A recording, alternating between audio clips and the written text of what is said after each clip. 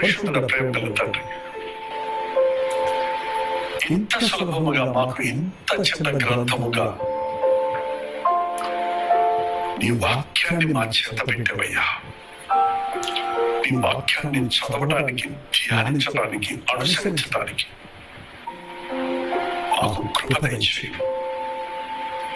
నువ్వు నమ్మిన మేము వాక్యమనే పాలను అపేక్షిస్తూ వాక్యములో ఉన్న మర్మాలను ఎరుగునట్లుగా పరిశుద్ధాత్మని సహాయంతో ముఖాల మీద పరిశుద్ధాత్మని చేత ప్రేరేపించబడి వ్రాయబడిన ప్రతి లేఖనాన్ని పఠించి ధ్యానించటకు గ్రంథకర్తే మాకు వివరించి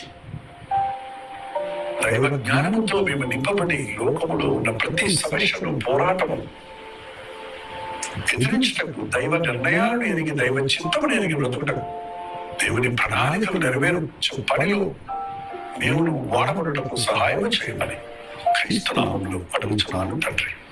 ఆమేన్. మన తండ్రి అయిన దేవుని యొక్క ప్రేమయు, కుమారుడైన క్రీస్తు యొక్క కృపయు, ఆదరణకర్త అయిన పరిశుద్ధాత్మ యొక్క సహవాసం కుడి వచ్చిన మనందరికీ ఇప్పుడు సదాకాలము తోడేయును గాక. ఆమేన్. దేవుని స్తోత్రం.